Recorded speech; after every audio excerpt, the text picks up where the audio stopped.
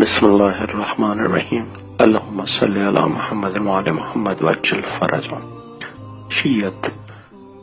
باپ نے اپنے 5 سال کے بیٹے کو سامنے بٹھا کے سمجھانا شروع کیا، دیکھو بیٹا، ہم شیعہ ہیں، ہمارا مذہب محمد وعلی محمد صلی اللہ علیہ وآلہ وسلم کی پیروی کرنا ہے اور ائمہ معصومین علیہ الصلوۃ والسلام سے تمسک رکھنا ہے۔ جو چیز ہمیں دوسرے مذاہب سے منفرد رکھتی ہے وہ ولایت علی ابن ابی طالب علیہ الصلوۃ والسلام ہے اور عزاداری امام حسین علیہ الصلوۃ والسلام ہے۔ ہمارا مذہب ہمیں بتاتا ہے کہ امام صرف معصوم ہوتا ہے اور وہ اللہ کی طرف سے منتخب شدہ ہوتا ہے۔ یہی وجہ ہے کہ ہم امام علی علیہ الصلوۃ والسلام کو رسول پاک صلی اللہ علیہ وآلہ وسلم کا وصی، جانشین اور اللہ کا ولی اور منتخب شدہ خلیفہ برحق مانتے ہیں اور کسی اور کو نہیں، اور ہماری دوستی اور دشمنی صرف محمد وآل محمد صلی اللہ علیہ وآلہ وسلم کی وجہ سے ہے۔ جو ان سے سچی محبت رکھتا ہے ہم اس سے محبت رکھتے ہیں، اور جو ان سے دشمنی رکھے اور ان کی تکثیر کرے ہم اس کو اپنا دشمن مانتے ہیں۔ جی ٹھیک ہے بابا، بچے نے تمام باتوں کو بغور سنتے اور دل پہ نقش کرتے ہوئے اپنے باپ کو جواب دیا۔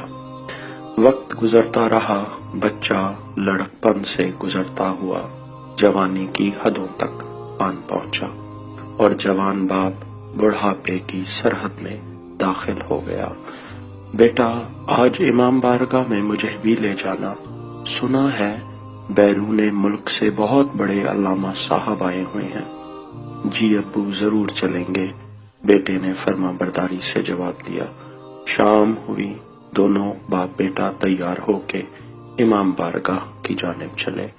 رش دیکھ کر اندازہ لگایا کہ واقعی کوئی بہت اچھا عالم پڑھے گا۔ دونوں مجلس میں بیٹھ گئے۔ علامہ صاحب کا خطاب شروع ہوا۔ زور بیان صرف ہوا، خطابت دھیمی آواز، دل نشین لہجہ، لوگ دم سادھے سن رہے تھے، مبادا زور سے سانس لینے سے کہیں کوئی بات رہ نہ جائے۔ علامہ صاحب کے 1 گھنٹہ مسلسل بولنے کے بعد بھی لوگ ان کی خطاب کے سحر میں تھے۔ سارے مجمع میں صرف ایک شخص تھا جو کچھ سوچنے پہ مجبور ہو رہا تھا۔ اسے اپنے بچپن کی کچھ باتیں یاد آ رہی تھی۔ مجلس کے خاتمے پر دونوں باپ بیٹا گھر واپس چلے۔ بابا، آپ نے مجھے کہا تھا ہم کسی غیر معصوم کو امام نہیں مانتے، یاد ہے نا آپ کو؟ ہاں بیٹا، بالکل یہی ہمارا مذہب ہے۔ تو بابا، علامہ صاحب نے 15 منٹ جناب خمینی پہ بات کی تو ہر بار انہیں امام کہہ کے یاد کیوں کیا؟ باپ نے حیرت بھری نظروں سے بیٹے کو دیکھا۔ اور بابا، آپ کو یاد ہے آپ نے کہا تھا دوسرے مذاہب سے ہمارا فرق علی ولی اللہ کا ہے؟ ہاں بیٹا، یاد ہے، اور یہ کوئی پوچھنے والی بات ہے، ہمارا ایمان ہے۔ تو بابا، علامہ صاحب نے جو 20 منٹ میں یہی ثابت کرتے رہے کہ تشہد میں علی ولی اللہ پڑھنے سے نماز باطل ہو جاتی ہے، یہ کس کی وکالت کر رہے تھے؟ باپ ایک لمحے کے لیے ٹھٹک کے رک گیا اور بیٹے کی طرف دیکھا، لیکن بیٹا دور خلاؤں میں دیکھتے ہوئے جیسے اپنے آپ میں گم تھا، اس کے اندر جیسے کوئی جنگ جاری تھی، جس کا عکس اس کے چہرے پہ اس کا باپ بخوبی دیکھ سکتا تھا۔ اور بابا، آپ کو یاد ہے آپ نے مجھے بتایا تھا کہ ہمارے رہبر صرف محمد وآل محمد صلی اللہ علیہ وآلہ وسلم ہے، ہماری دوستی و دشمنی ان کی وجہ سے ہے۔ کیا وجہ ہے کہ جناب سیدہ سلام اللہ علیہا کا حق کھانے پر ہم ظالمین سے بیزاری رکھتے ہیں، جبکہ امام علیہ الصلوۃ والسلام کا حق کھانے والے کی پیروی کرنے کی ترغیب دی جاتی ہے؟ باپ جیسے ایک دم اپنے خیالوں سے چونک پڑا۔ امام علیہ الصلوۃ والسلام کا کون سا حق کس نے کھایا ہے بیٹے؟ بابا، میں نے یہی پڑھا ہے کہ علی ولی اللہ کے بغیر کوئی عمل قابل قبول نہیں، لیکن آج علامہ صاحب نے آدھا گھنٹہ صرف یہی بیان فرمایا کہ مجتہد کی تقلید کے بغیر اعمال باطل ہو جائیں گے۔ کیا یہ امام علیہ الصلوۃ والسلام کا حق غصب نہیں کیا؟ کیا وجہ ہے کہ اگر کوئی ناصبی اذان سے علی ولی اللہ کو نکال دے تو اسے ہم گمراہ کہتے ہیں، اور اگر کوئی مجتہد اس کے خلاف فتویٰ دے دے تو اسے مان لیتے ہیں؟ بوڑھے باپ نے تھکے تھکے لہجے میں جواب دیا، بیٹا، ہمارے امام علیہ الصلوۃ والسلام غیبت میں ہیں، ظاہری طور پر سامنے نہیں ہیں، اس لیے ضروری ہے کہ ہم دینی مسائل جاننے کے لیے کسی عالم کی تقلید کریں۔ بابا، اگر شیطان غائب رہ کے لوگوں کو گمراہ کر سکتا ہے تو امام غیبت میں ہماری رہنمائی کیوں نہیں کر سکتے؟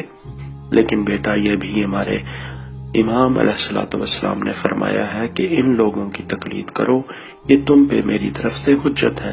بابا، کیا آپ ہمارے امام علیہ الصلوۃ والسلام کو ایسا مانتے ہیں جو ہمیں ایسے لوگوں کی پیروی کا حکم دیں جن کے فتاوی جات ایک دوسرے سے مختلف ہیں؟ کیا ہمارے امام علیہ الصلوۃ والسلام ہدایت کی ذمہ داری ایسے لوگوں کو سونپ سکتے ہیں جن کی رائے ایک دوسرے سے مختلف ہوتی ہے؟ اگر ایسا مان لیا جائے تو الزام نعوذ باللہ امام علیہ الصلوۃ والسلام پہ آئے گا کہ انہوں نے ہمیں ایسے لوگوں کے حوالے کیا۔ باپ نے کوئی جواب نہیں دیا اور نظریں جھکائے گھر میں داخل ہو گیا۔ آہستہ قدموں سے چلتے چلتے بیٹا بھی گھر میں داخل ہوا۔ سامنے رکھی کرسی پہ بیٹھ کے سوچنے لگا، کیا ہو گیا ہے میری قوم کو؟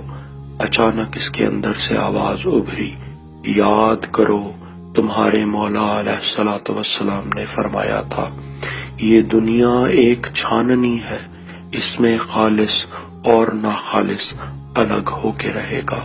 یاد کرو، رہبر کی غیبت میں مایوس ہونے والی قومیں ہمیشہ بچڑوں کی پوجا شروع کرتی ہیں۔ یاد کرو، تمہارے امام علیہ الصلوۃ والسلام نے فرمایا تھا، جب ایسا وقت آئے تو خاموشی اختیار کرو، ساکن رہو اور ہمارے مہدی علیہ الصلوۃ والسلام کی آمد کا انتظار کرو۔